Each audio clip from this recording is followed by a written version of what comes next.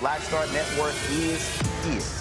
Hold no punches. I'm real revolutionary right now. Support this man, Black Media. He makes sure that our stories are told. Thank you for being the voice of Black America, Roland. Stay black. I love y'all. All momentum we have now, we have to keep this going. The video looks phenomenal. See, there's a difference between Black Star Network and Black-owned media and something like CNN. You can't be Black-owned media and be scared. It's time to be smart. Bring your eyeballs home. You dig?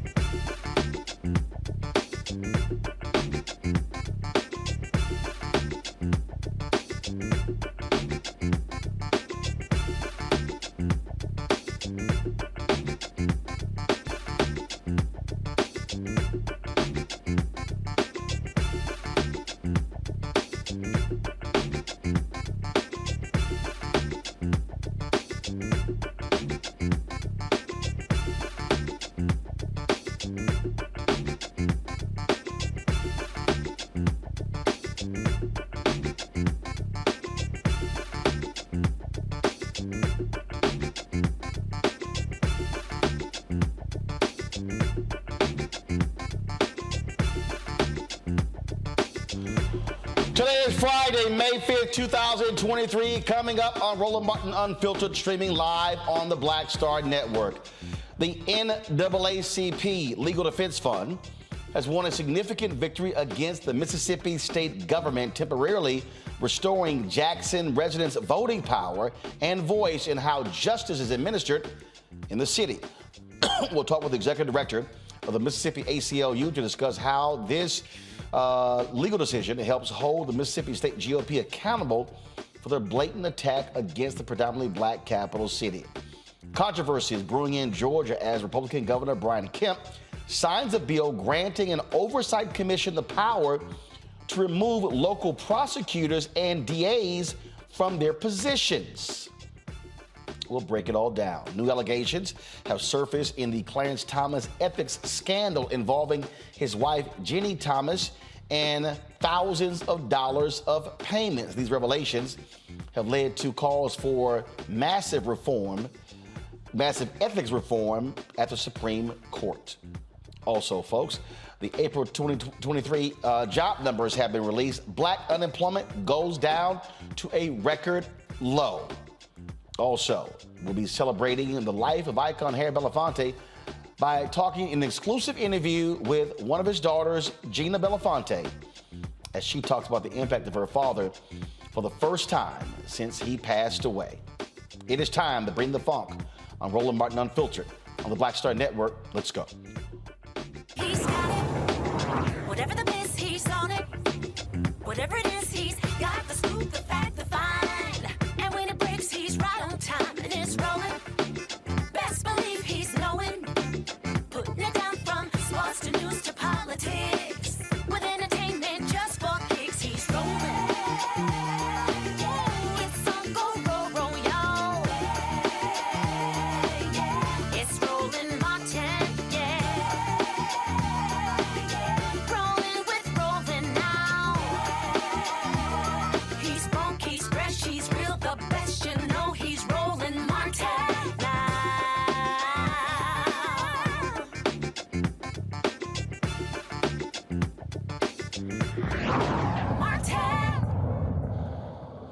A temporary victory in Jackson, Mississippi, as a Hinds County judge halts the implementation of a section of a controversial bill that would expand law enforcement in the capital city.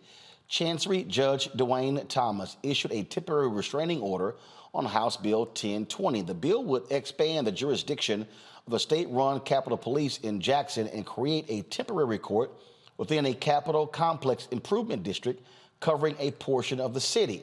That area is where most whites live in Jackson. Yep, the restraining order will be in place until Wednesday's motion hearing. That motion was won by the NAACP Legal Defense Fund on yesterday. I attended their Equal Justice Awards dinner last night, and Janae Nelson announced that decision at the dinner. Joining us now is Jarvis Dortch, the Executive Director of the Mississippi ACLU. Jarvis, glad to have you here. Again, for folks who don't understand, Republicans in Mississippi, like we're seeing Republicans in Texas, in Florida, in Georgia, and numerous other states, are using their legislative power, meaning controlling the state legislature, to determine what is happening on the local level. Exactly. I mean, when this bill came out, it was clearly an attempt by certain people in the city to take over power of their neighborhoods, their part of the city. This bill was expansive and covered the most affluent, most white area of the city. These are people that are used to having political power over what happens in the city of Jackson. They don't think they have that power anymore, so they went to the state legislature to get, their own police force, their own judicial system. And even some of these bills that passed this year gave them their own funding for infrastructure.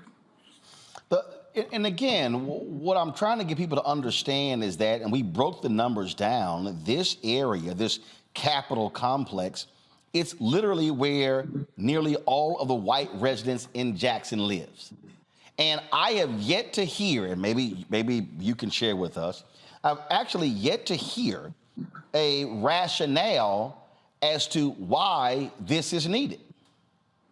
Well, I mean, the rationale they give is crime, and you can cover just about anything by screaming about crime. And we have had an uptick, especially in murders in Jackson. But hold on. I had a state official on about that last week, and I get that. But here's the question that no one seems to answer: has there been an uptick in this area or all of Jackson? Because this doesn't cover all of Jackson. It only covers this Capitol complex. So have they shown any data of the crime in this Capitol complex?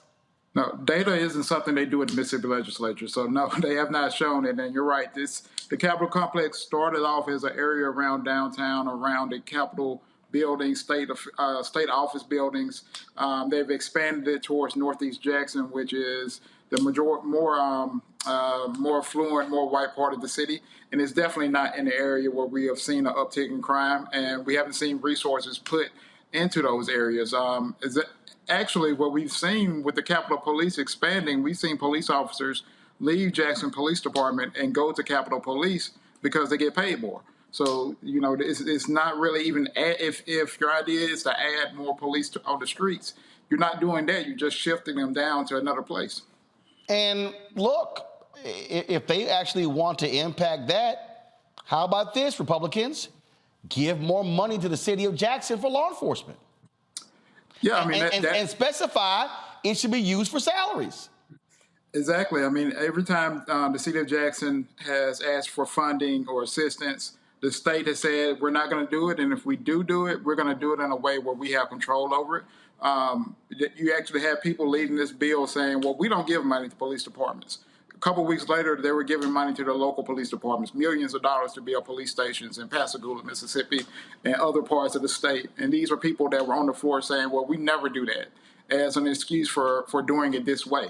But we've seen that with the city of Jackson for decades now, where the legislature is like, we're not going to assist you unless we get to control how the money is spent, and that money is being spent in the most inefficient way. It would be much cheaper for the state to say, we're going to help the city hire more police officers, hire more, be able to increase their infrastructure, improve the pay in the city. Those things would be much cheaper than creating something, from scratch. So the hearing is taking place on Wednesday. And so first of all, the LDF was involved in this. Yes. So who actually will be leading the legal battle to stop this from happening?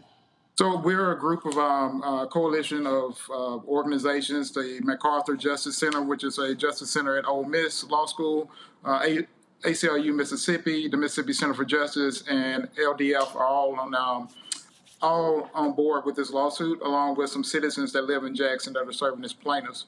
And we're going to see next week an attempt to get a more permanent injunction on this bill to stop these new courts from going into effect.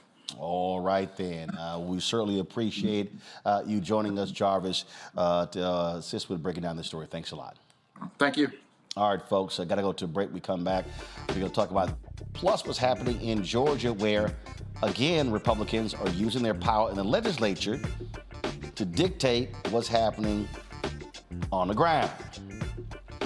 Keep telling y'all what's happening. This is power. I keep telling you how they're using power. First, if you're watching on YouTube, hit that like button, folks. We appreciate you doing so. Also, download the Black Star Network app, Apple phone, Android phone, Apple TV, Android TV, Roku, Amazon Fire TV, Xbox One, Samsung Smart TV. You can also be sure to watch us on Amazon News. If you go to Amazon Fire, click Amazon News. You can watch our 24-hour streaming channel, 24 hours, 7 days a week, right there on Amazon News. Also, of course, support us in what you do. Your dollars make it possible. I'm sitting here. Somebody sent a check right here to us. And so, again, send your check and money orders, folks, to P.O. Box 57196, Washington, D.C., 20037-0196. Cash App, $RM Unfiltered. PayPal is R Martin Unfiltered. Venmo is RM Unfiltered. Zelle is Roland at RolandSMartin.com. Roland at RolandMartinUnfiltered.com. And be sure to get a copy of my book, white fear, how the browning of America is making white folks lose their minds. We'll be right back.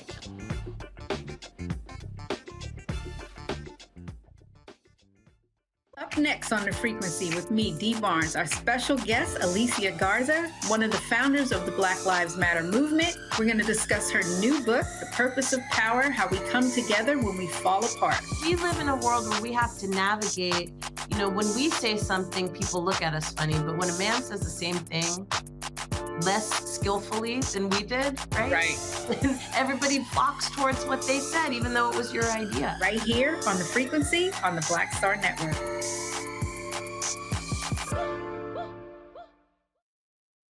Next on the Black Table with me, Greg Carr, we look at one of the most influential and prominent Black Americans of the 20th century.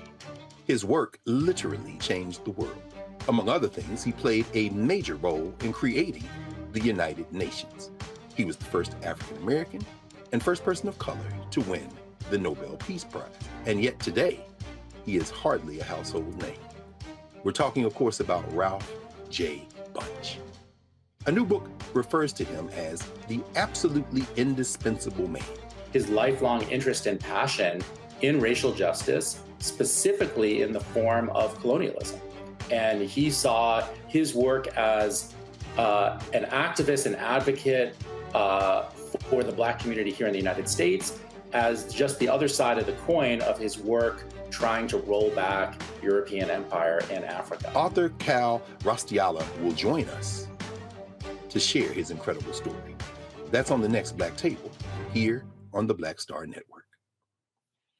Black TV does matter, dang it. Hey, what's up, y'all? It's your boy Jacob Lattimore, and you're now watching Roland Martin right now. Yee.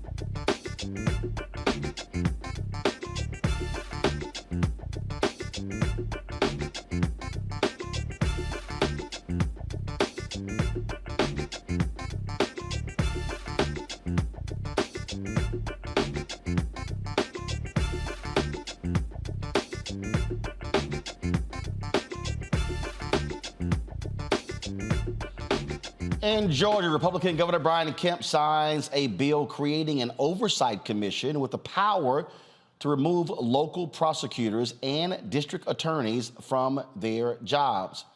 Kemp says the measure would create an oversight mechanism to ensure accountability in upholding Constitution and statutory duties. The commission will consist of 8 members. 5 will be responsible for investigating any alleged conduct constituting grounds for discipline. The other 3 will be for an adjudicating arm that issues out the punishment. Critics say this timing is really suspicious, especially with Fulton County District Attorney Fani Willis seriously weighing charges in connection with former President Donald Trump's actions in Georgia after the 2020 election. Democrats are concerned the commissioners will misuse their authority to punish or remove local prosecutors unnecessarily. Let's go to my panel, who joins us today. Matt Manning, civil rights attorney, joining us from Corpus Christi, Texas. We have, of course, Michael Imhotep, host of the African History Network show. Of course, he is joining us from Detroit. And Candace Kelly. She joins us right now, legal analyst from New Jersey. Glad to have all three of you here. So let's get right into this here. So when you look at Jackson, what's happening in Mississippi, you look at Georgia, you look at Governor Ron DeSantis in Florida going after prosecutors he doesn't like. Candace, this is absolutely Republicans using their power to silence progressives, using their power to exert control over black elected officials, the black population. It is an absolute abuse of authority by the GOP in numerous places around this country, Georgia, Texas, Florida, Mississippi, you name it.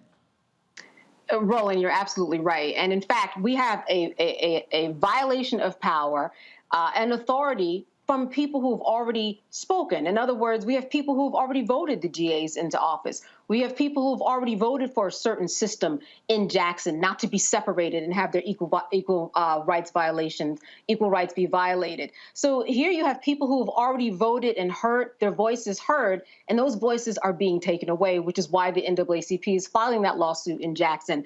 And one thing that we have to remember about the power that is being exerted by the Republicans in Georgia is that they're doing this, as you said, in preparation for the charges that are coming down on Donald Trump. This is something that DEA has been preparing for years. And she is not just preparing for these phone calls. She's preparing for the fake electors. She has been doing this for years. She has trumped up her security. She has death threats. She is all over white supremacist websites.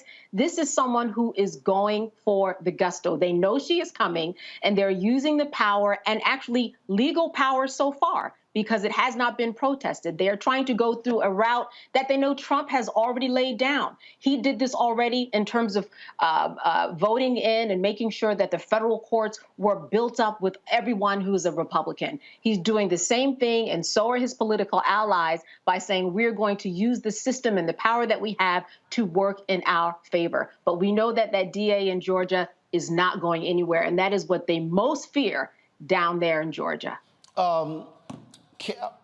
Matt, the point that Candace makes is a crucial one. These are democratically elected people. The voters decided who they want to represent them based upon what they said as they were running.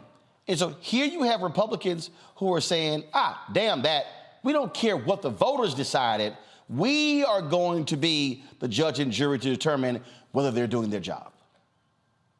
You are so spot on, Roland. And what's especially interesting with this timing is last week, I literally got appointed to represent our local DA in a removal lawsuit where they're lobbying the same kinds of accusations against him. And I used to manage that office under him. And I was appointed by my local county to defend the lawsuit to remove him from office. And politically, that exact conversation is happening here in Corpus Christi as it is across the country. This is a political attack on him, and it's a political attack on anyone who's been duly elected, especially multiple times. The DA here, Kim Gardner in St. Louis, across the country, these people have won multiple times and in landslides. And irrespective of that, you see Republicans directly attacking those offices, and they're doing so with the dog whistles that they know will be effective. Crime, failure to do their duties, all of those things. And what's especially problematic about that is, at least in Texas and presumably everywhere else, these offices have great latitude, great discretion to do their jobs. Their job is to seek justice, not convictions. So the idea that somebody would be removed because somebody Monday morning quarterbacking, at the State House thinks that they're not getting enough convictions or are too lenient is not how the system works. And I think Candace hit the nail on the head with all of her comments. But one thing I would add to that is that I think that we're really in a constitutional crisis, because what you see is a separation of powers issue where the legislatures across the country are deciding that duly elected public officials should not be able to do their job in a way that they disagree, irrespective of if it's within the bounds of the law and the discretion that they're given. So this is a huge issue, and this is a testament to what we talk about on this show every week, the idea that the Republicans are playing chess, not checkers. And they're looking at every way to exert power, particularly in the local offices where that has the greatest meaningful effect on people's lives. What happens at the school board affects your child's curriculum. What happens with your DA affects, the policies and whether those policies are rooted towards justice and rehabilitation or rooted towards deterrence and retribution. All of these things on the local level are very important, and that's why the Republicans have a full-on onslaught across the country against duly elected people using the dog whistles and the fake rhetoric that we see. We know is not true, right? Because the reality is the law gives them this discretion. But if you know your base is not listening to that and your base is energized by the anger, then it's easy to foment that kind of support that we're seeing in these state houses in Texas and Mississippi, Florida, and so on. But Michael, I'll expand this. Matt brought it up in terms of how Republicans are targeting Kim Gardner, the circuit attorney there in St. Louis. They also are trying to take over the St. Louis Police Department, no different than the governor controlling the Kansas City Police Department. For all of these people who love talking about Big Brother, getting rid of big government and local control, it's amazing how they want to meddle in local affairs of locally elected individuals. Yes, Roland, but it's local affairs when it comes to largely African-American elected officials, when it comes to African-American ran and police departments. If we look at, I think it's important to note that both of these states are in the South. Both are former Confederate states also. Okay, I think it's important to note that Mississippi and Georgia. With Mississippi, when I first heard this story in Mississippi, when the story came out April 23rd, and Mississippi Today reported on it, and I said, okay, Governor Tate Reeves, it looks like they are doing this so they can have more control over policing African Americans. But as I got deeper into the story, the Capitol Complex Improvement District is largely the white, more affluent area of Jackson, Mississippi. No, not largely. Nearly all whites in Jackson live in the complex. Yeah. So what this sounds like is the white governor, Tate Reeves, through the state legislature, this passed the House and the State House and Senate, they're taking power away from Jackson, Mississippi, led by Chokwe Lumumba, African-American man. And the state government is going to have more control over, it sounds like, protecting white people in Jackson, Mississippi. When you look at Georgia, Brian Kemp, and I have to take it here, I told African Americans in Georgia back in 2018 when Stacey Abrams was running that Stacey Abrams' policies were better for African Americans. So many of them said, oh, Stacey Abrams doesn't have a black agenda. I said, Brian Kemp has a black agenda. He has an anti-black agenda, okay? And the anti-black agenda is worse than, quote unquote, not having a black agenda. But you look at this here, it appears that this is designed to take away power for someone like a Fannie Lewis, who is going to prosecute Donald Trump. Again, what we're looking at here is very simple, and that is Republicans not liking any policy or a leader that they don't like. What this is about is them saying to the voters, the hell with who you elected. We don't care who you chose. We are going to determine how they do their job. When the folks in Texas want to control, again, to order a new election, and you pass a law that only applies to one of the 254 counties in all of Texas. One, Harris County. Again, that's targeting democratically elected folk who happen to be largely Democrats in Texas. That's how they're using their power. And so I'm gonna say it again. A lot of y'all and some of the people who y'all know, and some of your family members and friends, y'all can listen to these yahoos, these so-called new black media people, folks who don't know jack about politics. Y'all can listen to them talk all day. Y'all can listen to them talk about not voting. Y'all can listen to them try to call somebody a shield, whatever you want to call them. What the Republican, listen to me very clearly, because those yahoos are not going to tell you what I'm about to tell you. The Republican Party is absolutely focused on limiting and eliminating black voices.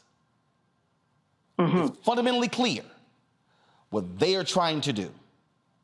When you see the attack on Soros-funded DAs, they do not want to see the sister in Florida, who we had on the other day. They did not want to see Marilyn Mosby. They don't want to see Alvin Bragg. They don't want to see Fannie Willis. They can't stand the white guy Larry Krasner in Philadelphia. They don't like they hate Kim Gardner. They don't like anybody. They hate the white progressive DA in Los Angeles. They led, what I'm trying to get y'all to understand is if you sitting your ass on the sidelines, but you talking about how you want certain policies, how you gonna get them? How are you going to get the policies you claim you want if the very folk who are put in office to give you the policies you want are stopped? When you had Aramis Ayala, elected state prosecutor in Florida, no, I am not going to prosecute death penalty cases. Matt knows this. Any lawyer knows, Candace knows this. The district attorney has the prerogative to determine that's right what direction they're going to go in. This Brian Kemp law, the DA, let me be real clear to everybody listening and watching. The district attorney does not have to pursue the death penalty in cases. They have an option. They don't have to pursue. That's why you have first-degree murder, second-degree murder, third-degree murder, manslaughter 1, manslaughter 2. I mean, you have different variations of murder. It's their judgment. What Republicans are saying is, we don't like your judgment. We are going to judge and decide what you should do. So therefore, if the people work their butts off to go to the polls, to put Fannie Willis in, to put Kim Foxx in, we're going to remove them. And we don't really care what you think. We're going to remove them. DeSantis removed a white prosecutor in Florida. Was it Andrew Weber? I forgot his last name. I think so. He's going after the sister, Monique. Y'all, this is real. And so when you sit out the gubernatorial race, that's how the Ron DeSantis win. When you sit out the gubernatorial race in Georgia, that's how Brian Kemp wins. When 75% of young voters 18 to 30 in Texas don't vote, that's how Greg Abbott gets reelected. And so if you're sitting here now going, well, this is a damn shame, what did you do about it? What did you do about the state Supreme Court in North Carolina? Folks, we're laying these things out to you because you need to understand the game plan that they are executing is completely focused on limiting and eliminating black representation unless you are a black Republican. Y'all better recognize, because they're not stopping. They're going full steam ahead. And we had better respond accordingly. You're watching Roland Martin Unfiltered on the Black Star Network. Hatred on the streets, a horrific scene, a white nationalist rally that descended into deadly violence. White people are losing their damn minds. as an angry pro-Trump mob storms the U.S. Capitol. We're about to see the rise of what I call white minority resistance. We have seen white folks in this country who simply cannot tolerate black folks voting. I think what we're seeing is the inevitable result of violent denial. This is part of American history. Every time that people of color have made progress, whether real or symbolic, there has been what Carol Anderson at Emory University calls white rage as a backlash. This is the rise of the Proud Boys and the Boogaloo Boys. America, there's going to be more of this. Here's all the Proud Boys, guys. This country is getting increasingly racist in its behaviors and its attitudes because of the fear of white people. The fear that they're taking our jobs, they're taking our resources, they're taking our women. This is white fear.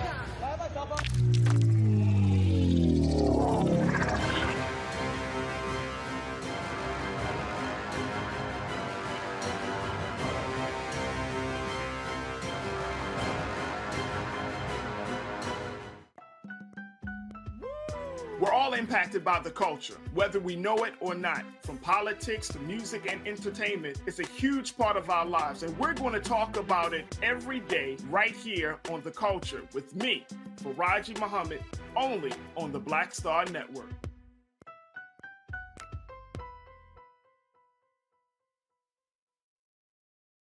Hi, I'm Anthony Brown from Anthony Brown and Group Therapy. Hi, I'm BB Winans. Hey, I'm Donnie Simpson. What's up? I'm Lance Gross, and you're watching Roland Martin Unfiltered.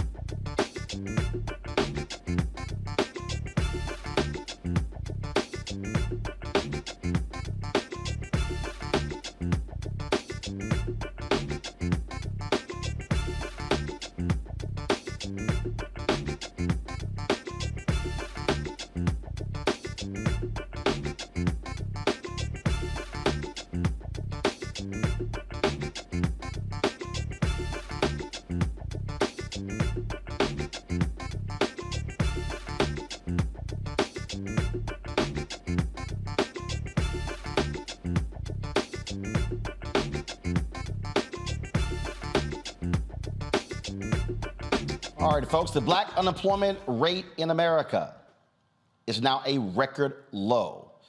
April job numbers came out today from the Bureau of Labor Statistics, and it shows that the black unemployment rate is now 4.7%. It was 5.0% in March. Now, remember when that black conservative was on the other day, Stacey, what's her name? And she lied about, oh, how great the economy was for black people under Donald Trump and called it a record low? Stacey, this is what a record low looks like. So you were lying then, and you're still lying. This is the first time in U.S. history that the black unemployment rate has fallen below 5%, while the overall joblessness rate for black people fell 0.3 of a percentage point. The unemployment rate for black men dropped along with the unemployment rate for black teens. But for black women, the unemployment rate grew slightly following a March jobs report, in which they also reached a historic jobless low. The overall U.S. unemployment rate at its lowest point in 50 years at 3.4%. Dr. Patrick Mason, author of The Economics of Structural Racism, Stratification, Economics in U.S. Labor Markets, and a professor of economics at the University of Massachusetts, Amherst, joins us right now. All right, Patrick, glad to have you here. So when we look at these numbers, when the Larry Summers of the world were like, oh, we got to lower inflation, which means we got to cause unemployment to go up, which is still stupid to me.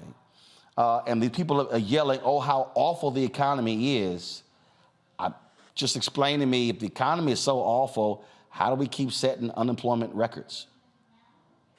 Well, the economy is not as awful as people like Summers might want to make it. I mean, he's looking solely at inflation, and that's all he's worried about. I am much more worried about whether or not African Americans have jobs. right? I mean, the best way to keep people out of poverty is to make sure that they have a job. The best way to make sure that people can pay their mortgage is to make sure they have a job. The best way to make sure that they can keep their children in college is to make sure they have jobs. Health insurance is tied to a job. So I am ecstatic to see these low employment numbers, and my hope is that the Fed will not keep pushing interest rates up so much till it choke off the jobs. I mean, why choke off the best economy we've seen in a long time? I mean, yeah, that's why I'm just sitting here. I just sort of laugh when I see these people run around and talk about, oh my God, the economy is just so awful, and things were just so amazing for black people under Donald Trump. No, hardly.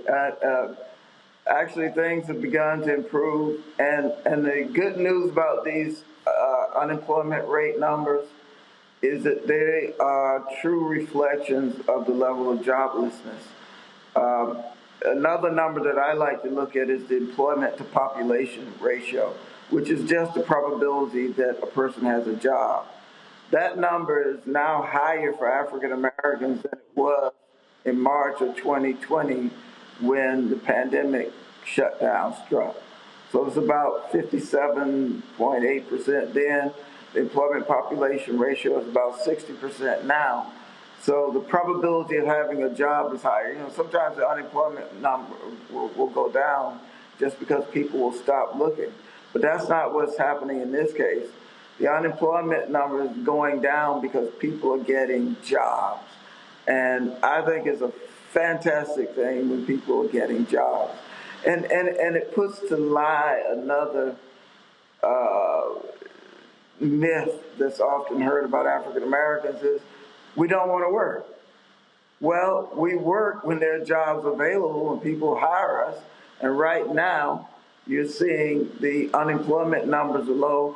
That means that people who might not otherwise have jobs, they're working and improving things for their families. Well, and again, this is just what just befuddles me when we see again how the economy is being described, and now we're seeing also inflation coming down. We're now seeing supply chain stabilize. And so all of the stuff before, the empty shelves and waiting 6 and 9 months for furniture, we're seeing how after 2.5 years of COVID, how all of those things that impacted the supply chain, which impacted inflation, but really it was also the greed of many companies that was causing inflation. We're seeing how these forces are moving together.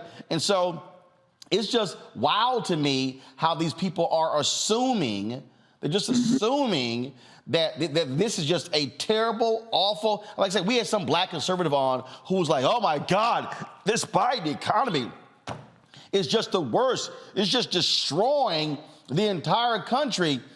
And I literally travel around the country and I'm like, what world are you living in? Yeah. Well, I mean, there are these people out here who just have crazy ideological beliefs. And they'll say anything, but the numbers don't lie. The unemployment rate is historically low. The employment population ratio is up higher than has been in a long time. The earnings have gone up. So, and if you look at for most households, especially for most African American households, income is mostly earnings, wages, paycheck income. There's not a lot of property income. So earnings are higher. More people are working, men and women. This is a very good economy. And inflation, from my perspective, is not out of hand. It's not an outrageous number. And I just hope the Fed does not keep raising interest rates to the point where we choke off this economy that's trying to go to what would be full employment for us. Now, I think the current rate of 4.7% sort of shows you how bad unemployment is for African Americans. I mean, typically when white American unemployment is at 4.7% or 5%, that's a recession number. But our numbers have been so high for so long, to when we get to what is really a recession number for white Americans, we celebrate. Well, I want to see that unemployment number get down even lower, right? So that everybody out there who wants a job will have one. And also, the good thing about a low unemployment rate is it gives bargaining power to workers, right? To workers who have a job that isn't paying enough, this low unemployment rate puts them in a position where they can go in and ask for a raise. If they don't get it, they can go somewhere else. Yes, sir. All right. Patrick Mason, we appreciate it again, folks. He is the author of The Economics of Structural Racism and Stratification, Economics in U.S. Labor Markets. We certainly appreciate you joining us. Thank you so very much. All right, folks, got to go pay some bills. We'll be right back. Roland Martin Unfiltered on the Black Star Network.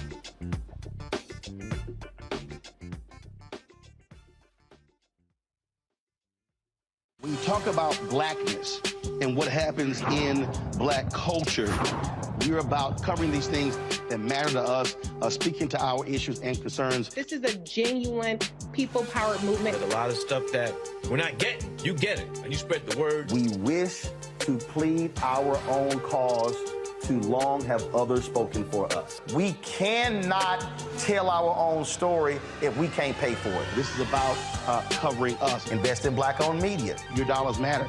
We don't have to keep asking them to cover our stuff. So please support us in what we do, folks. We want to hit 2,000 people, $50 this month, raise $100,000. We're behind $100,000, so we want to hit that. Y'all money makes this possible. Check some money orders. Go to P.O. Box 57196, Washington, D.C. 20037-0196. The Cash App is $RM Unfiltered. PayPal is R Martin Unfiltered. Venmo is RM Unfiltered. Zelle is Roland at RolandSMartin.com. On a next, A Balanced Life with me, Dr. Jackie. What does it mean to actually have balance in your life? Why is it important and how do you get there? A masterclass on the art of balance. It could change your life. Find the harmony of your life. And so what beat can you maintain at a good pace? What cadence can keep you running that marathon? Because we know we're going to have, high levels, we're going to have low levels, but where can you find that flow, that harmonious pace? That's all next on A Balanced Life on Black Star Network. What's up? What's up? I'm Dr. Ricky Dillard, the choir master. Hey, yo, Peace World. What's going on? It's the Love King of R&B, Raheem Devon, and you're watching Roland Martin Unfiltered.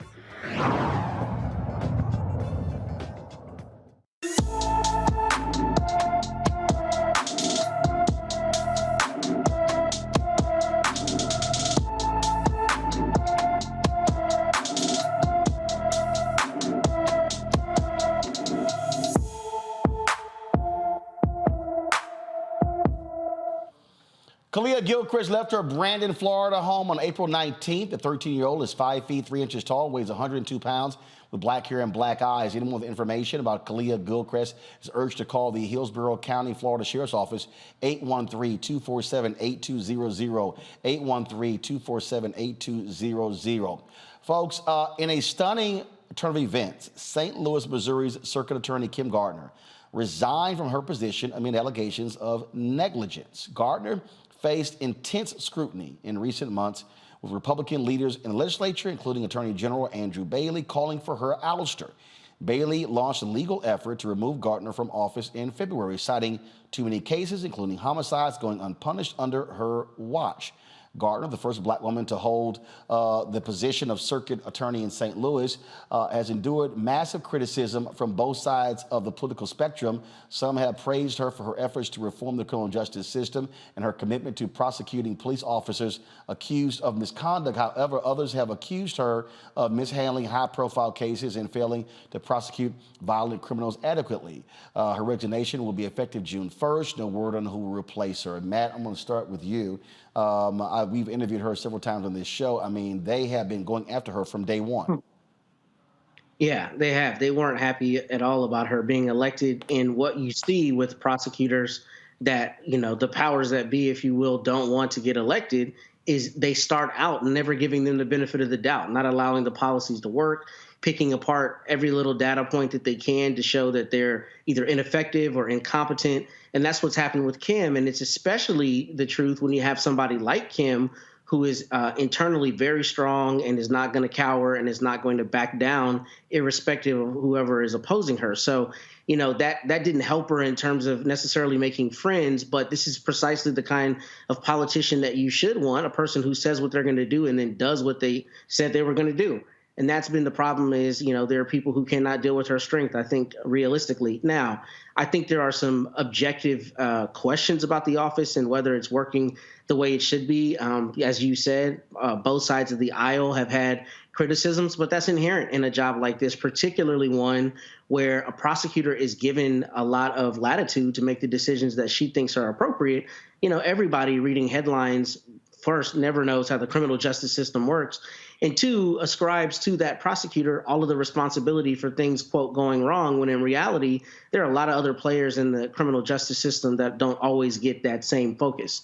So it's unfortunate what we're seeing with Kim, and I hate to see that she resigned, but I do appreciate, the strength and the fortitude that she had, even in indicting the governor. I mean, I know those charges were ultimately dropped, but that takes a great deal of courage to say, we think we have the evidence on a person that's powerful and we're going to bring an indictment. And, I'm just glad that she served the citizens the way she did. And the final point I'll make is I do like that this is really a sacrificial move.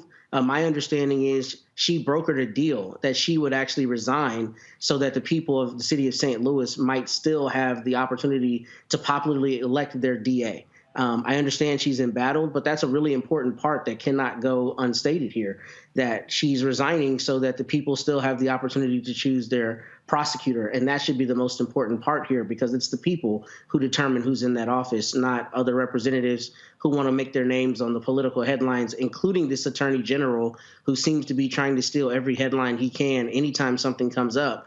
And presumably he's, got his sights on some higher office. So I think there's more at play here than questions about her, performance. Candace, we had her on a couple of months ago talking about this very issue with the Attorney General. And again, it has been a constant attack on her repeatedly. She said today that you had judges who were literally telling lawyers to leave her office was good for your career. I mean, she was dealing with a whole lot of stuff from various quarters. She was. And Roland, here's what's key. Like Matt said, they were nitpicking at her, and they're not done. They will more than likely bring her up in charges in the future for failing to carry out and perform her duties. I think one of the interesting things, and you just touch upon this, is that as the judges were telling attorneys to leave the office, they were following that advice, and they were leaving the office. When you have an office like Kim's that doesn't have enough money, what happens is that all of the attorneys, they get bogged down with these cases. So people have to understand that the strategy was not just with Kim, the strategy was with everybody who worked with her. Because with you give an attorney too much of a caseload where they really can't perform or carry out their duties in a way that rises to the way that they were sworn in by the American Bar Association, then you fall into the arena of malpractice and malfeasance. And nobody wants that. So if your caseload is too much and you don't have people helping you, now your mentors have even gone that have been helping you on your caseload because you might be some new attorney by 2.5 years, you get out of there because you might be brought up on charges for not doing your job because the workload is just too much. So their strategy was get her people out, get Kim out, and just create havoc in the office. And that's exactly what they did. Michael, Sheik also complained that they were essentially defunding her office, making it difficult for her to actually hire other people as well. And she said that's what was going on. And so she's like, it just happened over and over and over again. Yeah, Roland, I remember under the Trump administration, St. Louis Circuit Attorney Kim Gardner was attacked basically by Attorney General William Barr. So Republicans have been after her, as they have been many other progressive DAs, especially African-American female progressive DAs as well. And when they are trying to utilize the law that is perceived as being fair, somewhat fair to African Americans, and not trying to over-prosecute for low-level offenses and things of this nature, you get this huge backlash, especially at the state level, largely controlled by white people, and here you're controlled by white Republicans. So the recurring theme through these few segments, Roland, has been power. When it comes to politics, understanding power and how to utilize power to vote the people in the office to bring into existence the policies that we want. This is the interview. We have to remain vigilant on this. This is the interview when she was on our show 2 months ago. This is something that's, to me, is shocking, but at the same time, we know what it is. This is a politically motivated attack by the unelected Attorney General and the actual governor who from day one, since he's been in office, has tried to take my duties as the elected prosecutor in the city of St. Louis. So, first of all, what authority does he have to, quote, fire you? You're elected. Well, that's the problem. You know, right now in Missouri, we're participating with. So, again, if y'all want to see the interview we did with Kim Gardner, it's on our YouTube channel. I was trying to show you right there. You heard some of that. Again, 5 days ago, she was saying, Matt, she wasn't going to resign. But clearly, things had simply gotten out of hand there, and she was literally left with no choice. I just sent her a text, and so hopefully she'll be joining us. In fact, she actually just hit me back. And this is what she just texted me. Is to keep, to what you said, Matt, is to keep the ability for the people to be able to elect the circuit attorney and local police control. The Republicans have a supermajority in the House and the Senate, and they had the votes. We currently do not elect our judges. The governor appoints them. We would never be able to elect our circuit attorney. And so she, of course, submitted that letter of resignation as well. Matt, go ahead. Well, here's the problem with that, Roland. As I was reading about that, I was concerned. I mean, I don't know how you can actually enforce that deal. So, I mean, I like it. I like the spirit of it, and I'm a supporter of Kim Gardner. I think we need more Kim Gardners leading us around the country with the fortitude that Kim has always shown. But the problem is, if they do have a Republican supermajority, I don't know how she can prevent, via her resignation, them just implementing the same plan they were trying to implement. And that's what concerns me. I appreciate her sacrifice here, but I don't know if it's something that will be enforceable. And that's what concerns me. And the thing about this that is so disingenuous and so dishonest is these Republicans are the same people who sit in DA's offices and say that their daughter Muffy just had a lapse in judgment and she should get the leniency that they don't like if some kid across town who lives in the part of town they don't care about has the same offense, he should have the book thrown at him. And that's what disgusts me about this, because these are the same people who will find a way to one-off any kind of, criminal offense or accusation if it's advantageous to them. But if it's, us, we're mongrelized, right, and made to seem as criminals. Case in point, Ken Paxton has been under indictment under Texas law for 7 years. 7 years for securities fraud. He hasn't been prosecuted a day in his life. But if you pick up a simple offense down the road and the case gets dismissed, now the DA is not doing his or her work, and it's a shell game, and it's all a sham. But the problem is, in the state houses, they have this power, and a lot of these legislatures have specific laws that allow them to implement these kinds of things. And what's scary about it as a voter and as a citizen is the idea that, as Candace said earlier, you elect a DA and then the powers that be in the state house don't like her, and they just decide that your decision does not matter, right? At which point, I don't know where you stop it, but it becomes a slippery slope, because when do you stop, basically, if they decide we're not going to have elections anymore, right? Or we're going to change the term limits unilaterally. The more of this kind of thing happens, the more we should be concerned as citizens about, the longer effects of that and how that affects democracy in general. I think we're in a democratic crisis right now in this country, and we're seeing that play out. Yep, indeed we are. Candace, Matt, Michael, I certainly appreciate the three of you being with us today on today's panel. Thank you so very much, folks. When we come back, exclusive interview with Gina Belafonte, one of the daughters of Harry Belafonte. She joins us next. Of course, her father passed away on April 25th, and she will share thoughts and reflections on an amazing life from the perspective of one of his loved ones. Philip Agnew, also the Dream Defenders, been in Cuba for the past week, will join us as well. And so we will continue our appreciation, our tributes to the great Harry Belafonte next on Roland Martin Unfiltered on the Black Star Network.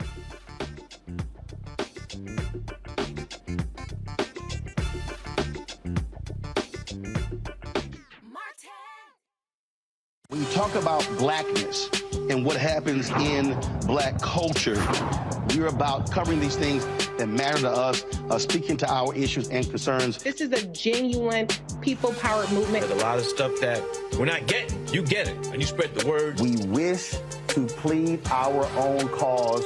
Too long have others spoken for us. We cannot tell our own story if we can't pay for it. This is about covering us. Invest in black-owned media. Your dollars matter. We don't have to keep asking them to cover our stuff. So please support us in what we do, folks. We want to hit 2,000 people, $50 this month, raise $100,000. We're behind $100,000, so we want to hit that. Y'all money makes this possible. Checks and money orders go to P.O. Box 57196, Washington, D.C. 20037-0196. The Cash App is $RM Unfiltered. PayPal is R Martin Unfiltered. Venmo is RM Unfiltered. Zelle is roland@rolandsmartin.com. Up next on The Frequency with me, Dee Barnes, our special guest, Alicia Garza, one of the founders of the Black Lives Matter movement. We're going to discuss her new book, The Purpose of Power, How We Come Together When We Fall Apart. We live in a world where we have to navigate, when we say something, people look at us funny, but when a man says the same thing less skillfully than we did, right? Right. Everybody flocks towards what they said, even though it was your idea. Right here on The Frequency on the Black Star Network.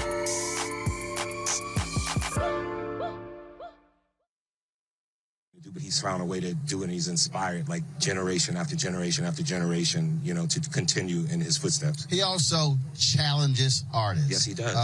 He is not one to be shy. You can't be down with Mr. Belafonte if you're not willing to do something.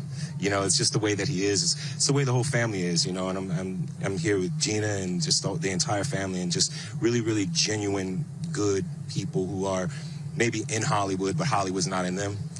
So just he knows what's important, and he's instilled that in his legacy that will continue to carry on. And I think what's the most important is that his legacy is not just singing, it's not just acting, but really putting it on the line that frankly has been deemed by many people to be far more important than the artist piece. It's the activist piece. Sure.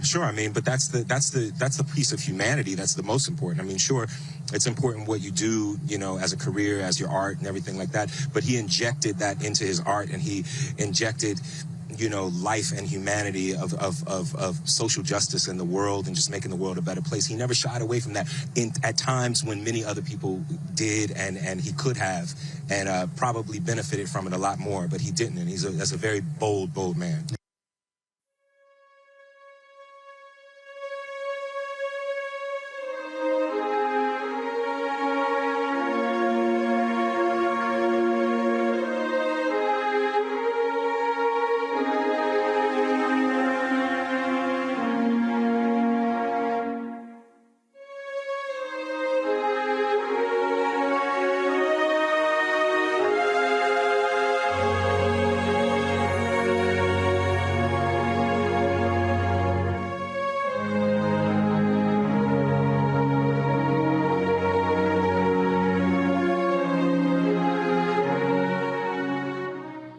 It was April 25th when the world found out that Harry Belafonte passed away at the age of 96 at his home in New York City. It was 4 years ago when he retired from public life. And he, of course, led an amazing life. Interviewed him numerous times, talked to him, and he was just engaged in so many different areas all across this country and across this world. Very few people knew him as well as my next guest, Gina Belafonte, one of the daughters of Harry Belafonte, of course, co-founder with him with Sankofa. She joins us right now. Gina, glad to have you here on the show. Certainly our condolences to you and the Belafonte family with the loss of truly a true giant. For us, he was an artist, he was a singer, he was an actor, he was an activist. But for you, he was dad. Yes, he was. Thank you so much for having me today. If you hear any other little background noises, I have some dogs, so just ignore them. It's all good. Thank you for having me, and thank you so much for spending so much of your precious airtime on celebrating him and his life and his legacy and all the amazing work and art that he was able to create while he was with us. Well, we were, of course, in New York last year for his 95th birthday. So many people came out for that celebration. He wasn't there physically, but was watching the stream as well. It really was a great celebration that you and others put together. So just take us through the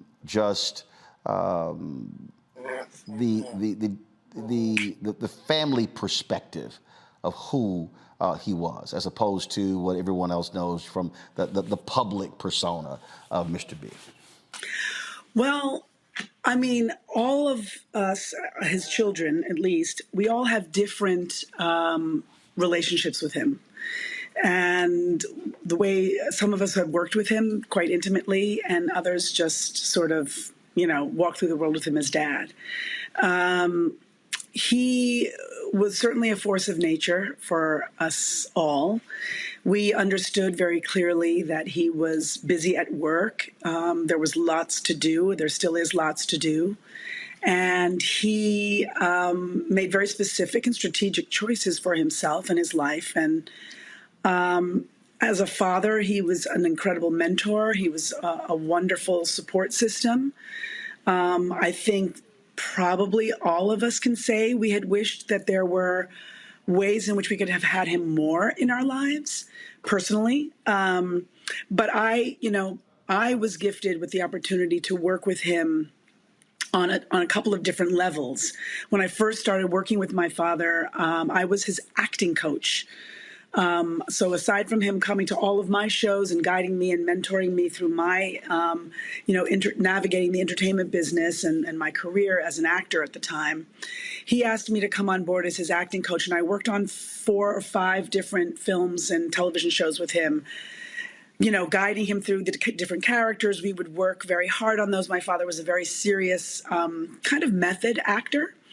And so he took a lot of time and care in trying to figure out all the nuances of the characters. And so I had the gift of having that kind of intimacy with him. And then later in our lives together, in our careers, we worked in during the founding of Sankofa.org, where we were able to really pull together art and activism and use art as a tool to educate and to motivate and activate folks to participate in their civic responsibility and also inform them of what was going on in the world. And we used art to do that. And in many cases, art has a way of sort of opening up your heart, opening up your mind so that you can actually hear the issues and make some informed decisions for yourself.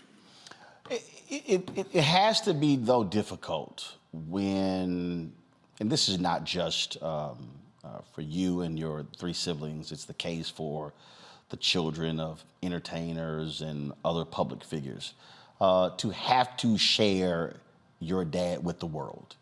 The number of people who he called, who called upon him. He was, before he retired from public life, was extremely busy traveling, doing those different things, was always doing something, engaged in something, working on different projects. And we all would love to, as you say, do spend more time and do more with our parents, but you literally had to share him with the world. Right. Well, depending on, what your belief is, mine is that I somehow, came into the world with that contract. It might not have been a conscious understanding as a child growing up, but as an adult, I have done a lot of work in my own journey as a human being on this planet, to understand that, there are a lot of people that needed him. There are a lot of people that needed him so that they could be validated. There's a lot of people that needed him so that they could be uplifted and so that their platforms could rise. And certainly, the humanness in it all, you want to, not only protect your parent, but you also want them to see you and to recognize you and to, think and be proud of you and all those things. And luckily for me, I got that from him. I walk through the world. There's lots of other organizations that are doing very good work on behalf of him and his name.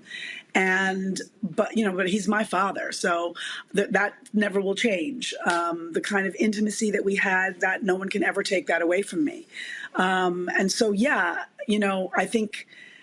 I think that what he was able to gift the world and how he was able to empower people, how he was able to, in some ways, be an example to admire and to aspire to. I think, I'm glad that we had to share him. I can't unwrite his own journey and his own path and the way he chose. He made very conscious decisions to do what he did. He knew what he was doing. So I think part of that was, for me, my own growth as a person, to more deeply understand his choices. I don't make necessarily the same choices that he makes as it relates to my parenting skills in the way of my relationship with my daughter. But I do appreciate that he walked his talk and he did what he needed to do for his journey. And I am deeply appreciative that I, growing up, also gravitated to what he was interested in. Not everyone in my family wanted to do things the way he wanted to do them. I personally really dug the way he did the things that he did. I liked the way he had a strategy around something. I liked the way in which he chose what he wanted to do and what he didn't want to do. It's interesting because I came to my father many times with many different ideas and things that he just shot down. And it could have ruined me, but instead what it did is it reinforced in me that there must be a better idea inside. And with all the things that he shot down, there were more than double the things that he said, yes, let's do that. That makes sense. That's exciting. So he's instilled in me a way to look at walking through the world in a strategic and very intentional way. And I'm grateful for that. Gonna go to a break. We come back. We'll continue our conversation with Gina Belafonte, with celebrating the life and legacy of her father, Harry Belafonte. Folks, YouTube folks, be sure to hit that like button. Also, be sure to download our Black Star Network app. Apple phone, Android phone, Apple TV, Android TV, Roku, Amazon Fire TV, Xbox One, Samsung Smart TV. If you want to see the other tributes that we have paid to Mr. B, you can always catch that as well on the Black Star Network app. And then, of course, you can also support our work and what we do by joining our Bring the Funk fan club. Checking money orders, P.O. Box 57196, Washington, D.C. 20037-0196. Cash App, $RM Unfiltered. PayPal, R Martin Unfiltered. Venmo is RM Unfiltered. Zelle, Roland at RolandSMartin.com. Roland at RolandMartinUnfiltered.com. We'll be right back.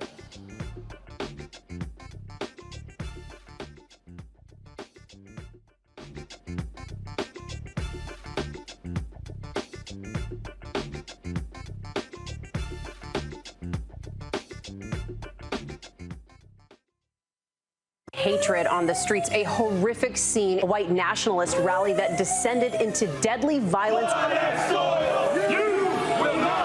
White people are losing their damn minds. As an angry pro-Trump mob storms the U.S. Capitol, we've seen shouting. We're about to see the rise of what I call white minority resistance. We have seen white folks in this country who simply cannot tolerate black folks voting. I think what we're seeing is the inevitable result of violent denial. This is part of American history. Every time that people of color have made progress, whether real or symbolic, there has been what Carol Anderson at Emory University calls white rage as a backlash. This is the rise of the Proud Boys and the Boogaloo Boys. America, there's going to be more of this. Here's all the Proud Boys, guys. This country is getting increasingly racist in its behaviors and its attitudes because of the fear of white people. The fear that they're taking our jobs, they're taking our resources, they're taking our women. This is white fear.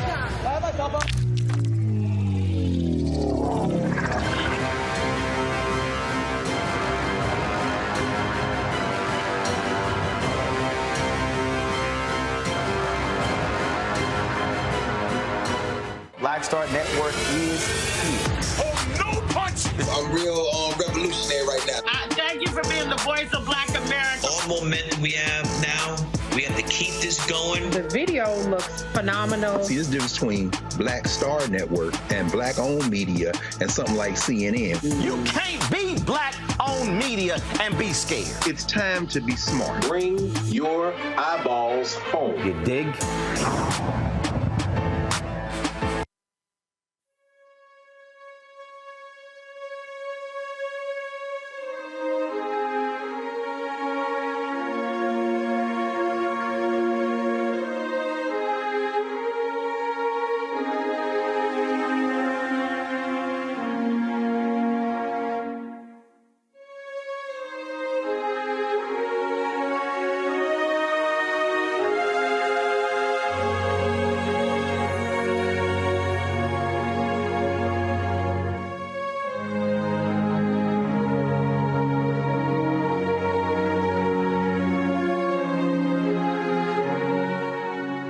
Of course, to the folks who are watching who may not realize, when we dedicated our studios here in Roland Martin Unfiltered, we unveiled this portrait of Mr. B. This was actually commissioned. It was an artist who did this when The Gathering had their fundraiser, the Apollo Theater. I think it was in 2017, I think. Maybe it was earlier. I actually emceed that event, and so I remembered it and had it commissioned for our office. And Gina was interested. I called him. We unveiled it and did not realize it was actually, when I called him, it was actually the same, I believe, the night when Sidney Poitier passed away. Because the news came out the next day. And obviously, I mean, thought tremendously about, a great deal about your father and what he did, because he truly was, as you said before we went to the break, somebody who did what he said. Yes, he did. Absolutely, he did. He was not afraid to, make his point clear. But, one thing that he really also was, I think, especially as it related to the movement in particular, and also in his artistry, he was a good listener. He really wanted to hear perspectives, objectives. He wasn't a person who just quickly, moved. He really heeded to Dr. King's Kingian nonviolence. He suspended his first judgment, and he tried his best, I think, to lean into listening to different perspectives and understand more deeply what people were trying to convey, what they were doing, before he then put his own brilliant strategy or spin on it. I mean, he was an expert strategist. A lot of people know that not only was he a big funder of the 1960s civil rights movement, but a deep strategist within that movement, liaisoning between elected officials and the movement, certainly being an intermediary between different movement fractions and factions during that period, very closely in line with his dear friend, Dr. King. And he also, to this day, in this more modern movement, continued to be a strategist and a mentor for young people who were looking for the roadmap which he pointed them in the directions. And many of them deeply understood that they needed to get an education in the history of the movement and before the 60s, movement as well. We needed to have a deeper understanding of how we got to where we were so that we could have a deeper strategy on how to shift and change, things. We're still working on that. You talked about him being a listener. It was, I guess, when he got honored at the National Action Network, that was 17. So, so I walk up to him, and he turns, and anybody who knows me knows I'm not one who uses the N-word. He turns, "Nigga, when you taking me to lunch?"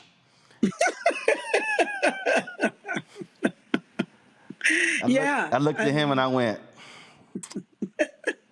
I said, "No, we're going to talk about this N-word thing." But I thought you were going to say to me that you turned to him and you said, "Nigga, where you want to go?" No, but I did say, so where you want to go? He was like, I said, you let me know. So we worked the date. I got on the train. We came to New York. We settled on Ruth Chris Steakhouse in Manhattan. Nice. And so we're sitting there, and he was working on a book, and we're talking, and I want to listen to him. He's like, "No, I want to listen to you." He's like, he was big like that. He goes, "I want to hear your thoughts." Yeah, no, he was not a person who just wanted to run his mouth. He wanted to really. And I said, "No, I want to hear." He said, "No, I want to hear what you think." He said, "So I got some questions for you, and I want to hear what you think about all these things." And I'm like, "I'm not trying to say that. I want to hear what you." So we like going back and forth. I'm like, "Okay, fine, ask your question." Yeah, I mean, he was interested in what other people thought and what their perspectives were, and he wanted to see if there was a way in which he could support not only what they were doing, but maybe offer them a different strategy or a different way to look at, whatever it is that they were trying to accomplish. He was so fond of you, Roland. He really believed in your platform, your work. He believed in the way in which you wanted to be unapologetically Black in the space and really give us a platform where we can be who we truly are and speak the way we speak and say what's on our hearts. And that is something that I hope you know. He was very, very, very fond of you and really appreciated you. Probably one of the funniest things, so he calls me. So this is before the Many Rivers Festival. So he calls me, and so he's trying to drive attention for the event. And so phone rings, and it was always hilarious because he always blocked his number. So it was like no caller ID. So I was like, oh, who the hell? So I answer, "Hey, this is Roland Martin. Hello." I was like, "Mr. B, how do you know it's me?" I said, "Who the hell else sounds like this?" I said, "Ain't nobody else sound like this." And he just busts out laughing. He just cracks up laughing. And that was the thing that people, I don't think, again, people would see him speak and they would just do all this, but had no idea he had his sense of humor, ridiculous sense of humor. Yes, he did. He liked to tell jokes. He liked to definitely uplift people and make people laugh. And he was a very, very, very funny and very witty person. And thank goodness, because he was so articulate about the issues and about his conviction of them and his conviction of what it was that he wanted to accomplish. So he was very funny and always, found a way in which to, have his humor come through.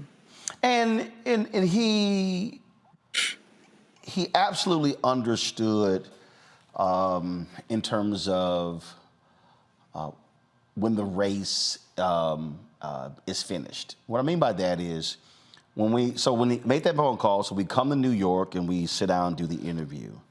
And when the interview was over, we're sitting there and or maybe it was before they were setting up.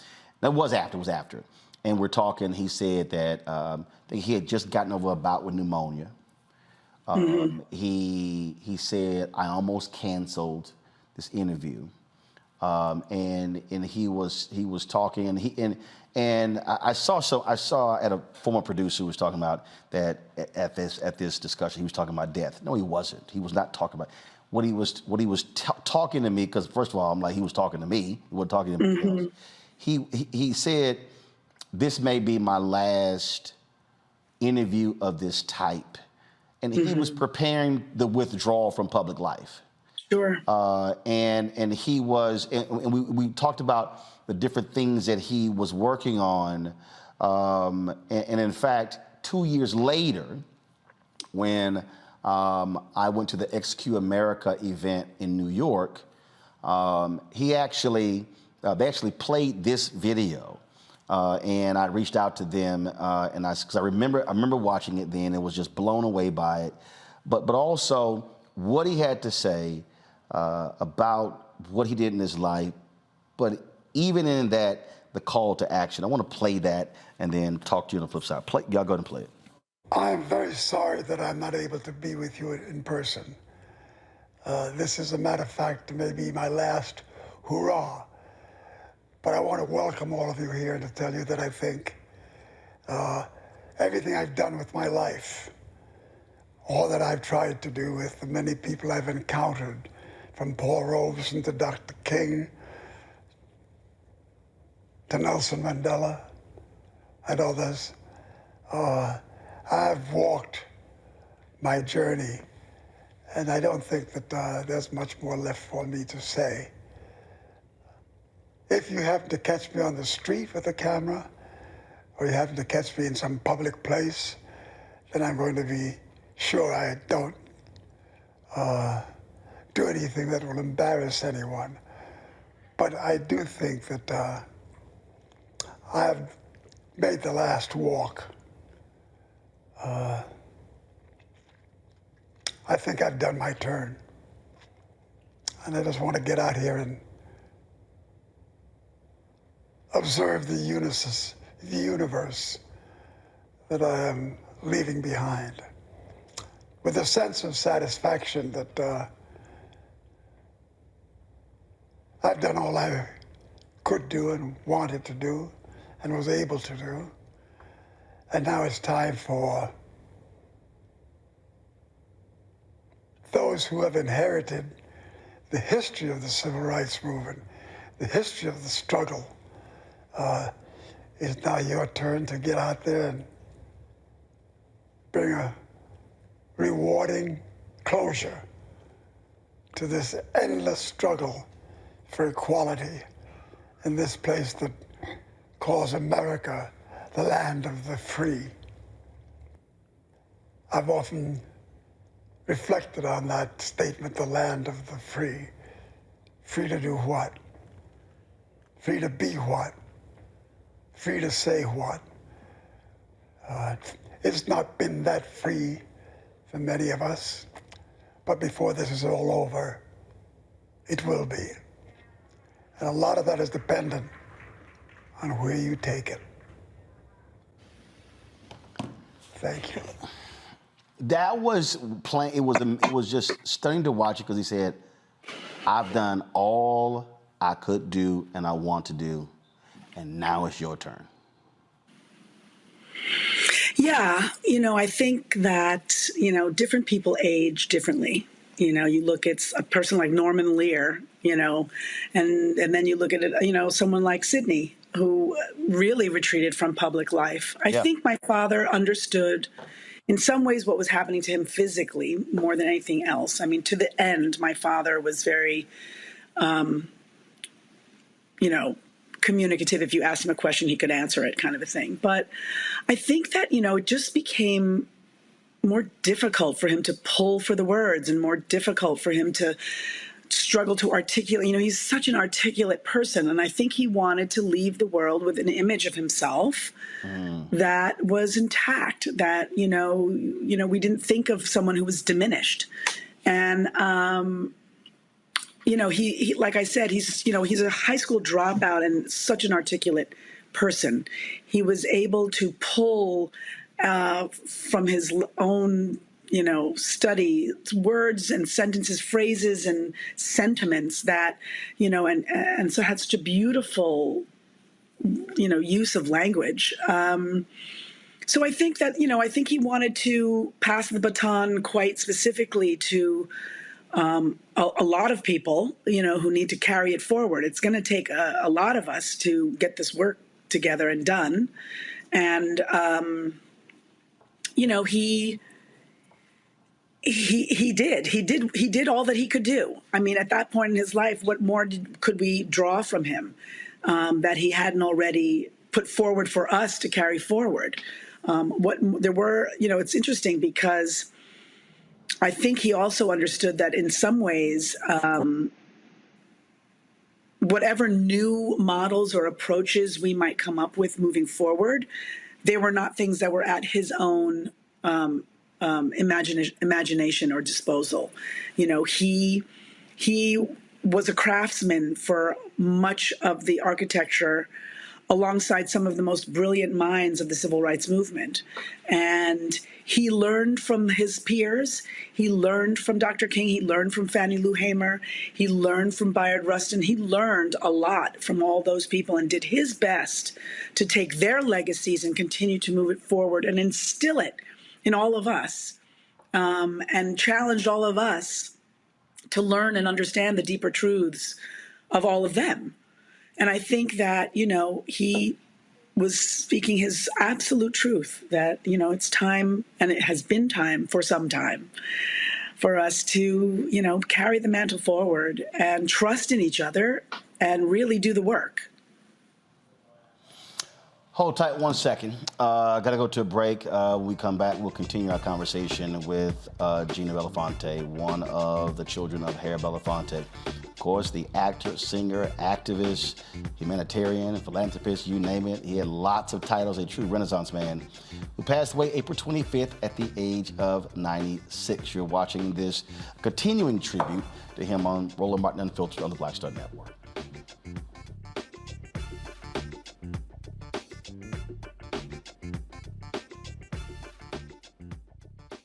Next on the Black Table with me, Greg Carr, we look at one of the most influential and prominent Black Americans of the 20th century. His work literally changed the world. Among other things, he played a major role in creating the United Nations. He was the first African American and first person of color to win the Nobel Peace Prize. And yet today, he is hardly a household name. We're talking, of course, about Ralph J. Bunche. A new book refers to him as the absolutely indispensable man. His lifelong interest and passion in racial justice, specifically in the form of colonialism.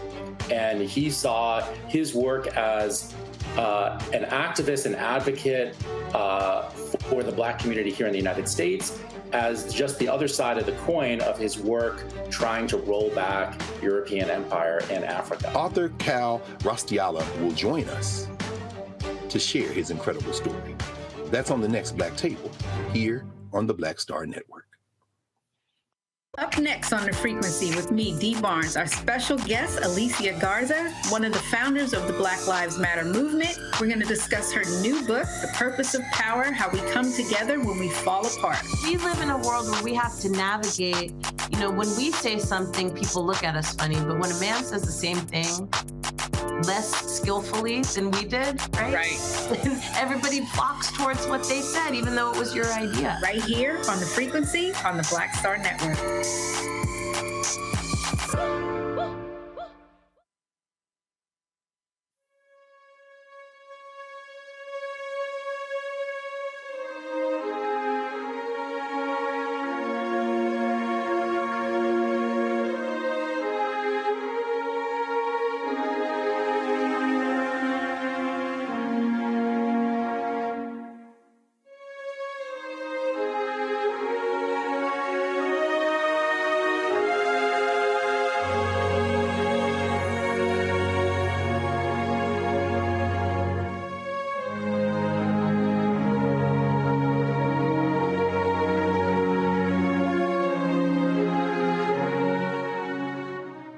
All right, folks, welcome back to Roland Martin Unfiltered. One of the things that, Gina, I always thought it was interesting is that your dad did not just want to hang around people his age.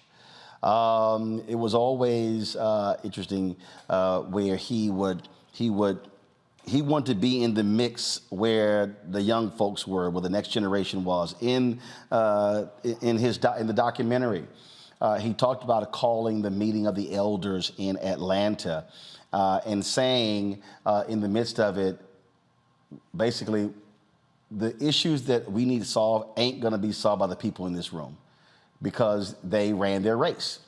And so he then said he had to go beyond that room and go out and talk to the others and seek the others and communicate with the others in the next generation. And one of the folks who he did that with was Philip Agnew, co-director of Black Men Build, also with the Dream Defenders. Philip has been in Cuba. We couldn't get him there, and so we could actually finally reach him today. He joins us on here. Philip, you were with the Dream Defenders when Mr. B heard about what y'all were doing, and he didn't just send you a video saying, hey, great job. He said, no, I want to be with them, and literally traveled to Florida as y'all were there sitting in the state capitol. You know, one, thank you for having me.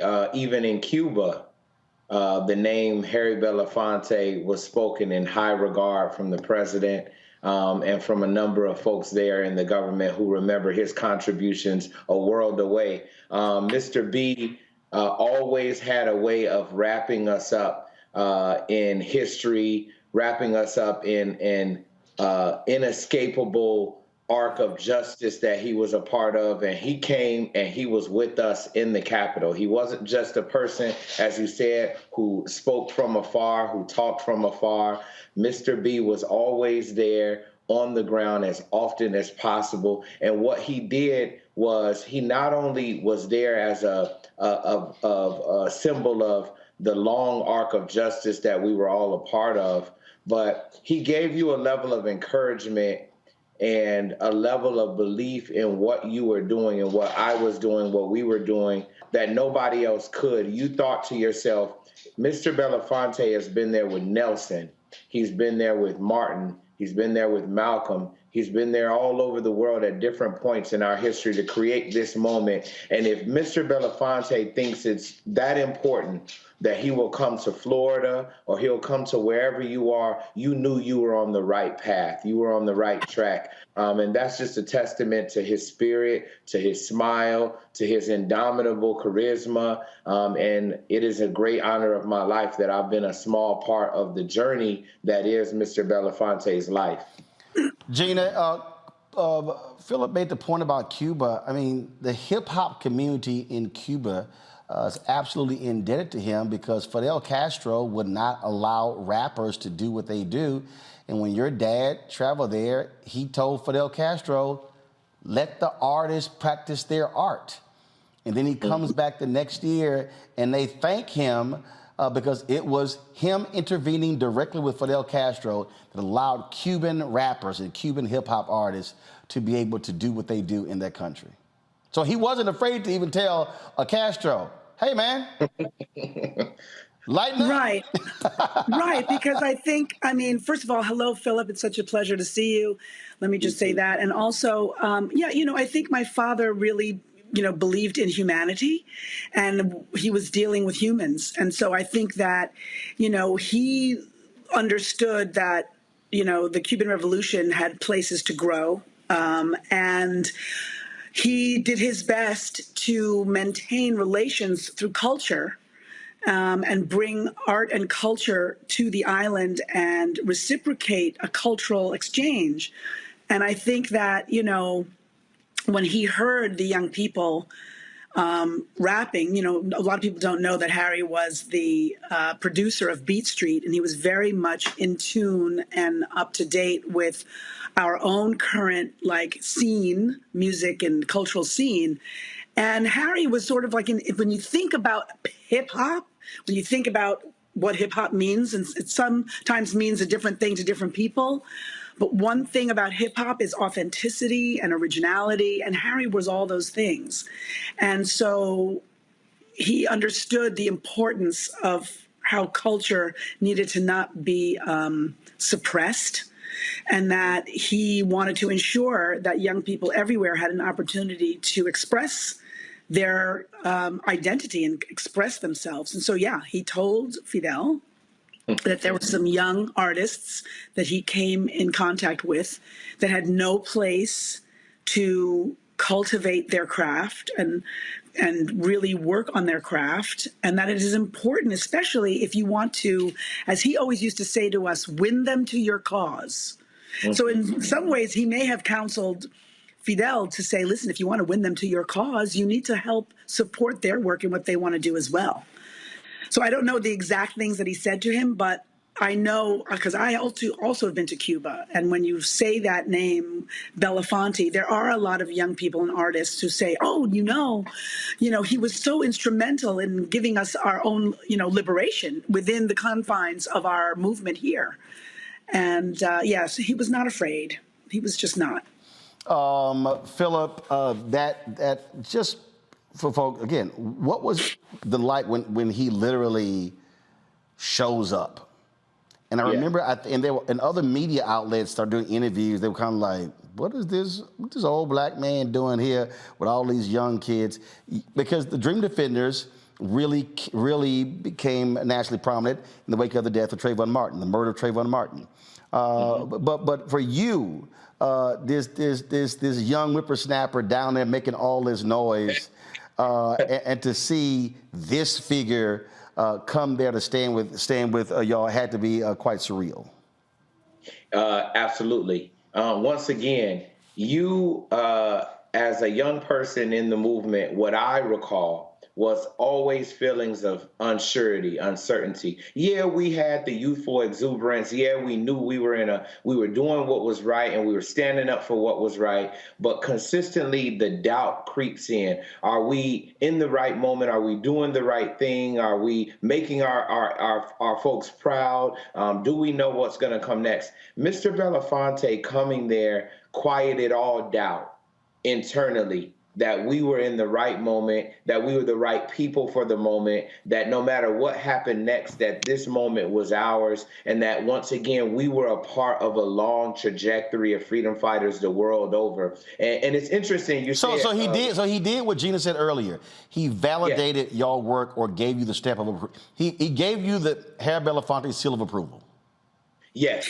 Because I want this to be known. Yeah, there were people saying, why is this old guy coming? But overwhelmingly, people were wondering, who are these people? Who are these kids? And when he came in, people understood that we weren't just loud, but we had a level of thought and analysis, and that we had a plan, and that we were legitimate actors in the long arc of history, that we weren't just young whippersnappers, that we had connections, frankly, that we were connected with somebody who had stood with Malcolm, stood with Martin, stood with Ella, stood with folks the world over and over, and consistently was on the side of good. And so for us, he was that stamp of approval. And really, to this day, we are still emboldened with that stamp. I'm still incredibly grateful for the private conversations that we've been able to have, and will carry those with me for the rest of my life. And it was that public standing alongside us that burnished our reputation and allowed us to continue to do our work. Gina, yes, you saw that take place with Philip and the Dream Defenders, and then just so many other people.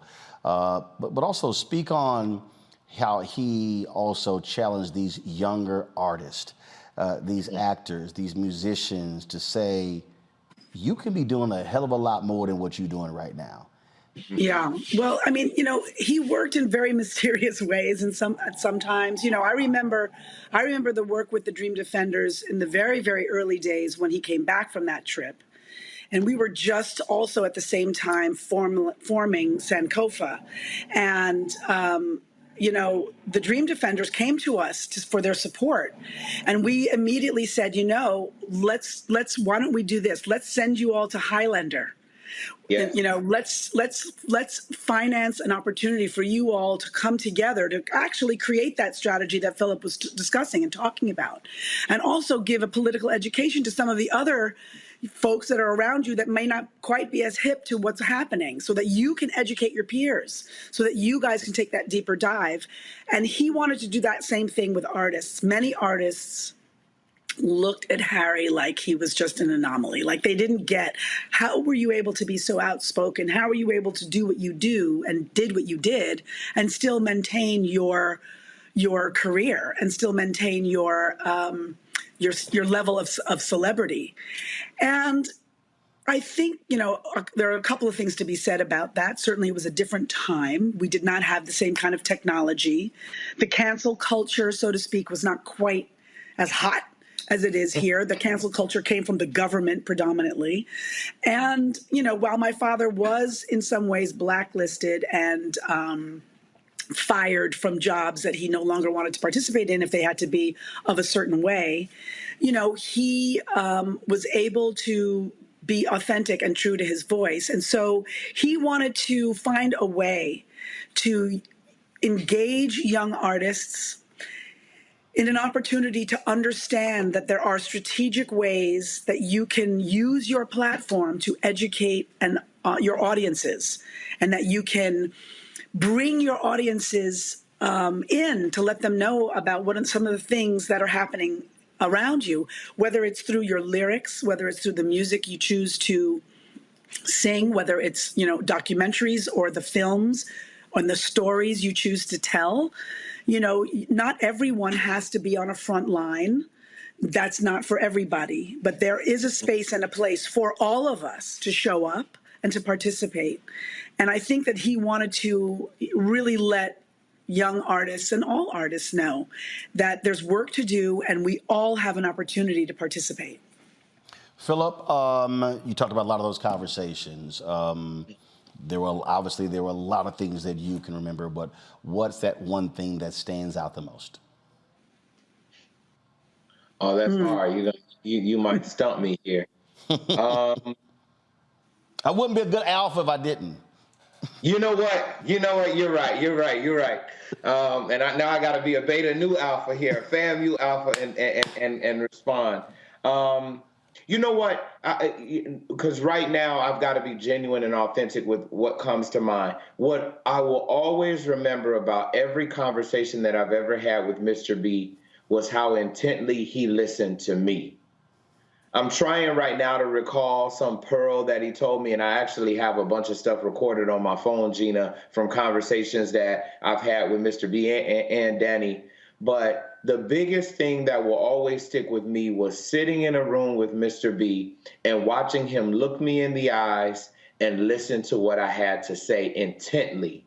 He wouldn't, he would lean over, Gina, you know about this, and he would just be listening. And I remember I would get done with a rant and I would get done with saying something that I thought was smart but really didn't feel quite sure about. And he would always look at, and he would ask the most insightful questions, and he would want to pull more. And he made me know and feel that there was a brilliance inside of me. That's the biggest thing that I will remember. Yeah, there were quotes, him always saying, I'm better than I deserve, and him giving us the quotes from Paul Robeson that artists are the gatekeepers to truth, and, all the different things that at some point almost became repetitive because it was just a part of who he was.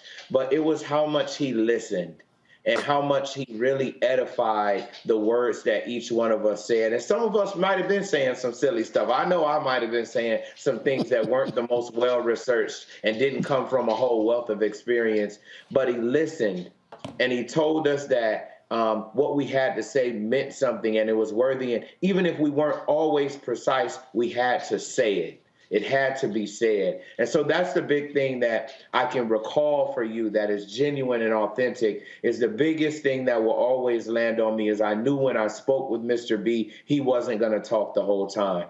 He was going to require that I spoke up, and he was going to listen, and he was going to respond with the level of insight and questions and interrogation and curiosity that made him who he is and who he was. Frat, I appreciate it, my brother. Philip, thanks a lot. Yes, sir. Thank you very much. Love you, Gina. Love you back, brother. Thank you. Going to our final break. We will come back, conclude our conversation with Gina Belafonte. You're watching Roland Martin Unfiltered on the Black Star Network.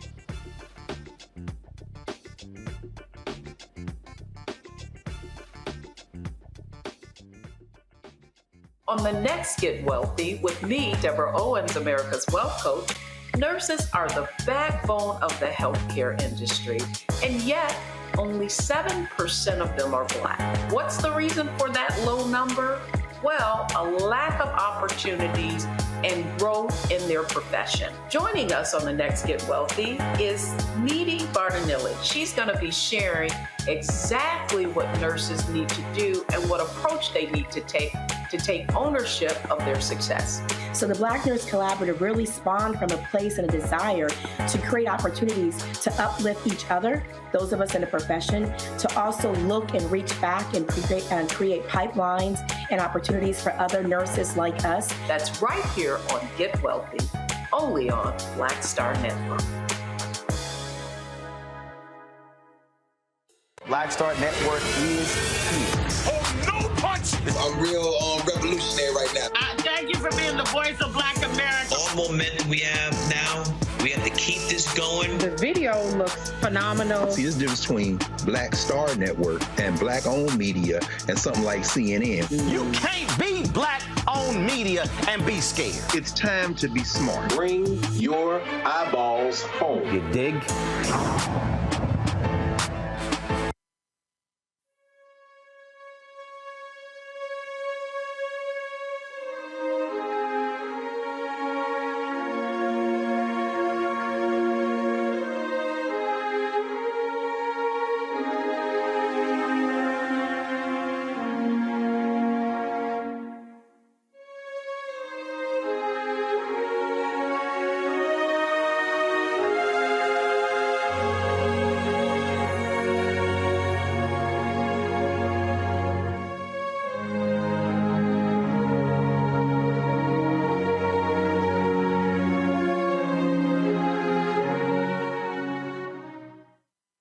All right, folks, welcome back for final segment with Gina Belafonte, one of the children of Harry Belafonte, who became an ancestor April 25th. And so, Gina, this is a photo here.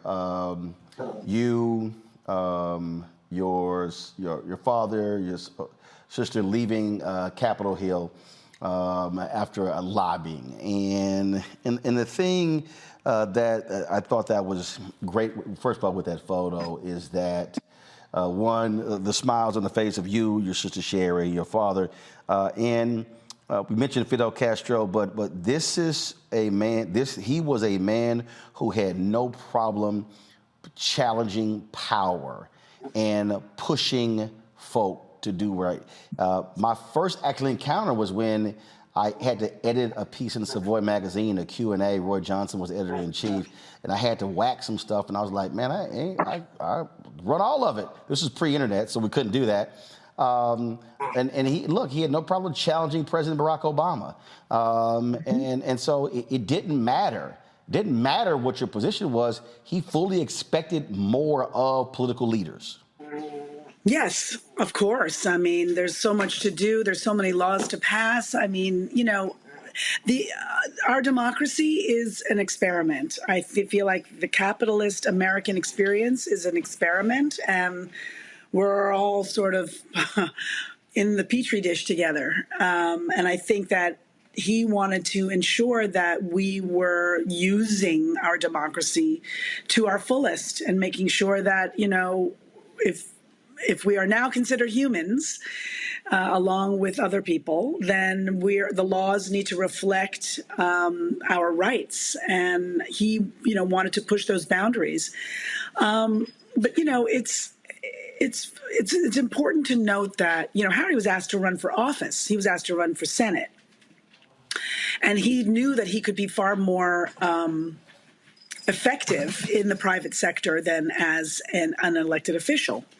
So, he maintained his, private citizen status, and he used his platform, he used his space, he used his intellect, he used his relationships and his network to do his best to not only assist in getting people elected that he thought shared his own personal mission, but that were people, getting people elected that were, our neighbors, our people who live down the block. He made it very clear that we, the people, or power to the people, meant that we needed to infiltrate the system, and that we needed to, once we were in the system,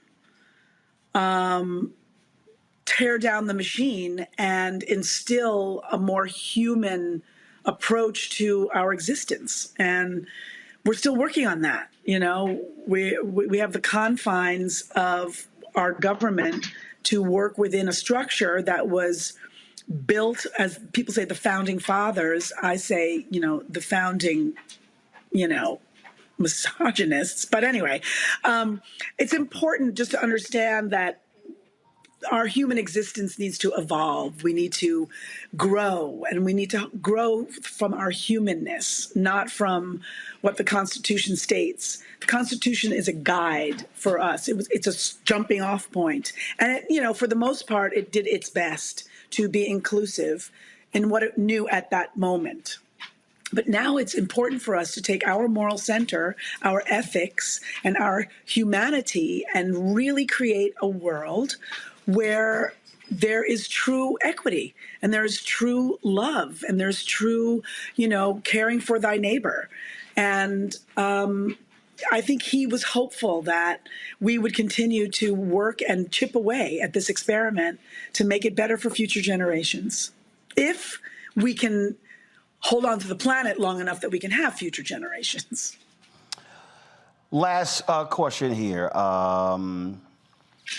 Sankofa, will that be, obviously there was so many things that he was involved in, but clearly creating that with you is also part of his lasting legacy, because that continues, that will continue to move forward. Absolutely. Sankofa.org is an organization that really sits at the intersection of art and activism. And so it continues to do that today. We have incredible programs. We have civics programs in the arts with young people making films and educating themselves peer-to-peer on different civic issues. We have a really interesting virtual reality re-entry program that we work with formerly incarcerated and incarcerated men and women, and we give them virtual reality experiences that help quell some of their trauma triggers upon coming home so that they don't recidivate. We are always working with new talent and finding new stories and new plays. We're hopefully taking our wonderful Lyrics from Lockdown to Broadway soon. And it'll all be in the legacy of my dad and the mission forward. We came up with that mission together. Along with Raoul Roach, who was the son of another great, very progressive musician, Max Roach. And we built Sankofa in the belief that it could be eternal, that really it is culture that really leads in very many ways trends in the way in which that we, work with one another moving forward. So Sankofa is really moving along. We're strong, and we're excited to continue the work.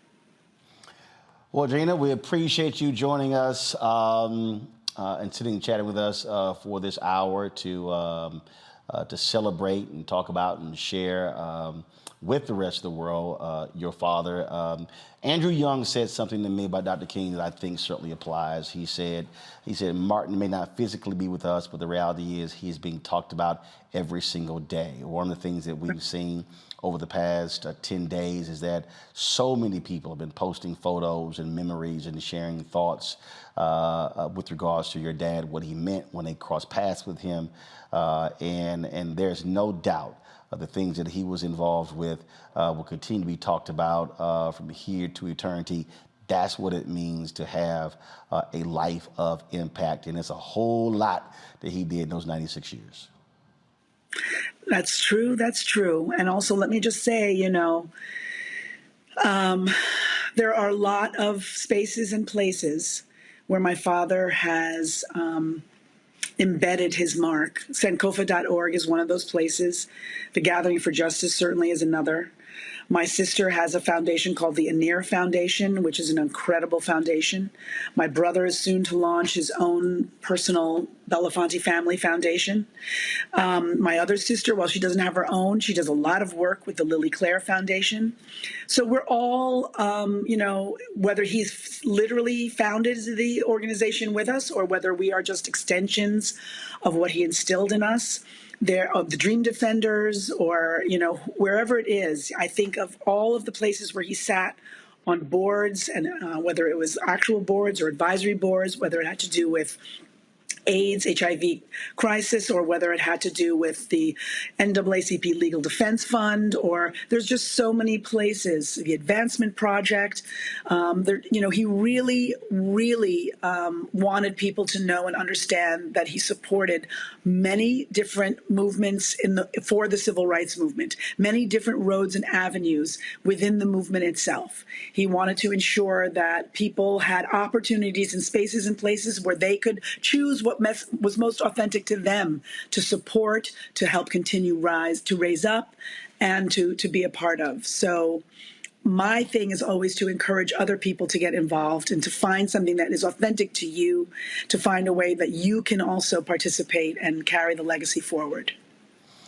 Well, that is certainly the case, and he definitely, I enjoyed our time together, having fun, and this is one of the photos of the last sit-down we had in his office where we had way too much fun, cracking jokes and having a good time, and so he certainly will be missed, but we absolutely will remember him. And as long as this show is here, as long as I am here, that portrait will always be in our studio where we would pay respects to your dad and what he meant to me, but also to African Americans, to this country, and to this world. Thank you, Roland. Thank you so much. Appreciate you. Give our condolences to your family. Gina Belafonte, thanks a lot. Peace. Folks, that is it for us this weekend. We're going to live stream, we're going to restream the 2 one-on-one interviews that I did with Mr. B when I was at TV One. We'll have that for you. And also, I've not shared with you when some other videos when he accepted the award from the RFK Foundation. We're going to have that for you on Monday. And also at the Many Rivers Festival, he actually sang. And I recorded the video on stage. He sang that night, and that was the first time he had sang publicly in a very, very long time. And then we'll have that for you as well. Folks, that's it for us. We appreciate it. Thank you so very much. We'll see you on Monday right here on Roland Martin Unfiltered on the Black Star Network. Support us in what we do. Download our app. Also, you can also join our Bring the Funk fan club, and so you can join us right there. And when you support us, you get your name on the list that we run every single Friday. Thank you so very much. I'll see y'all on Monday. Holla!